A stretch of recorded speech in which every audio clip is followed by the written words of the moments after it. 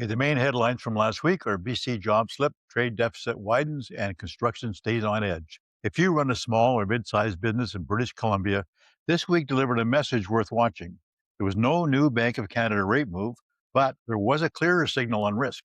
The bank is still holding rates at 2.25%, but it is watching energy prices, global conflict, trade uncertainty, and the risk that inflation could heat up again if costs keep spreading through the economy. So, while rates did not rise, this is not an all clear signal for business owners. Welcome to the Key Business Connect Weekly Business Brief, the show that filters the noise and gives BC and Canadian business owners the facts that actually affect margins, cash flow, and next quarter decisions. I'm Ken McLean, and this is your Week in Review to April the 10th, 2026. Let's start with the main headline. The biggest signal this week came from two places: the Bank of Canada's latest policy thinking and Friday's labor report. The bank's position is simple. It held the line on rates, but it has not relaxed. If energy-driven inflation starts to spread, it's prepared to act. Then came the jobs data. Across Canada, employment was nearly flat in March and unemployment held at 6.7%. But BC was weaker. The province lost 19,000 jobs in March after another drop in February, and BC's unemployment rate rose to 6.7%.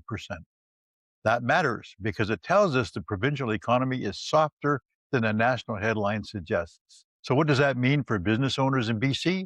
Three things. First, borrowing conditions are still cautious. If you have a variable rate debt or financing up for renewal, do not assume easier conditions yet. Second, weaker labor can help ease hiring pressure, but it can also signal softer customer demand and slower buying decisions. Third, if your business depends on fuel, freight, and shipping or materials, energy volatility remain a real risk to your cost structure. So, rates held, but risk stayed on the table. Now, let's look at the broader business pulse. Three quick national signals stood out this week. One, the labor market is slowing, not collapsing. StatsCan says rising unemployment is being driven more by slower hiring than by layoffs. Two, Canada's merchandise trade deficit widened to $5.7 billion in February. Imports rose sharply. Exports also increased. So activity is there, but the balance is still under pressure. Three, producer prices continue to feel the effect of energy. That means fuel costs are higher, feeding into the transportation, delivery, and supplier pricing. So the national picture is mixed. Not a breakdown, not a breakout, but definitely a more cautious operating environment. Now let's turn to real estate. There was no fresh national March housing releases during this week, so February is still the latest hard data. And the signal there is still split. Home sales softened, listings also declined, prices were down. But housing starts held up better. That means resale activity is weaker. Parts of the construction pipeline are still moving. For businesses, the takeaway is practical. If you work in trades, renovations, landscaping, staging, or home services, homeowners are likely to stay selective.